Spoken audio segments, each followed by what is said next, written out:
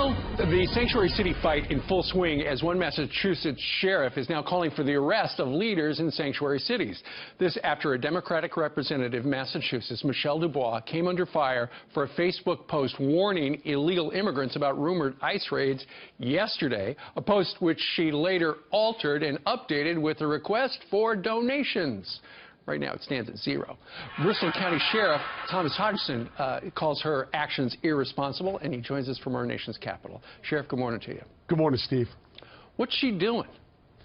You know, I think that's what most of the people in Massachusetts and across the country are asking. It's hard to imagine, it's unconscionable that an elected official would be sending out an alert that would put ICE officers at risk and our local officers at risk on dealing with these transnational gangs and these criminally illegal aliens when we're getting ready to do a raid. We need that element of surprise. Never mind allowing these people to maybe avoid being apprehended and going off into some other community and committing some crime against innocent people later on. Sure. You know, I think what is getting lost in this, and first up, let's put up her post that we talked about yesterday. She wrote on Facebook, "I got the following information from my friend in the Latin community. I have a message for the immigrant community of Brockton. Please be careful yesterday. ICE will be in Brockton on that day." Okay. What's getting lost here, Sheriff, is the fact that, you know, if she's trying to address people who are in this country illegally without a criminal record, that's one thing. But she's also alerting, if that was her intention, people who are in this country illegally and have a criminal record or have a warrant out for their arrest, telling them as well, hey, look out, don't open the door because the bad guys are coming for you. And what would she do, Steve, if it was a DEA raid with one of our task forces? Would she notify the smugglers and the drug dealers about the same thing? I mean, this is the most outrageous thing I've ever heard an elected official to do, completely undermining their oath and undermining law enforcement's efforts to keep the community safe.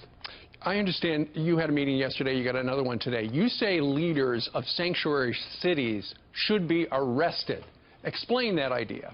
Look, any elected official in this country that openly defies federal law under Section 1324 clearly states anyone who knows someone to be in the country illegally and attempts to harbor or conceal them commits a felony under federal law up to 5 years per alien. And any elected officials shouldn't be held less accountable for consequences when they violate federal law than are their constituents. So they can't take license because they're elected officials and decide if they don't have the courage or the will to go to Washington and lobby to change the law. Sure. Don't tell us that you're going to decide how it's going to go or tell law enforcement to turn our backs on our oath. You know, we had a report about an hour ago, Sheriff. Griff Jenkins was at that meeting yesterday, and it's interesting because a number of top law enforcement officials from these sanctuary cities are essentially in denial. What are you talking about? We're not a sanctuary city, because they want to keep the money. Right. And you know, that's really what this is about.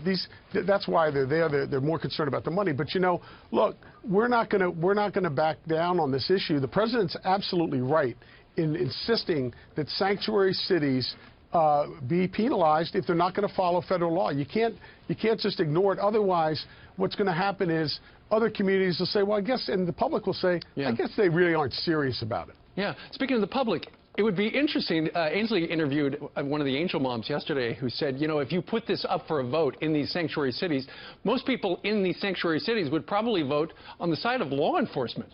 Oh, there's no question about it. Look, I don't care what your party affiliation is.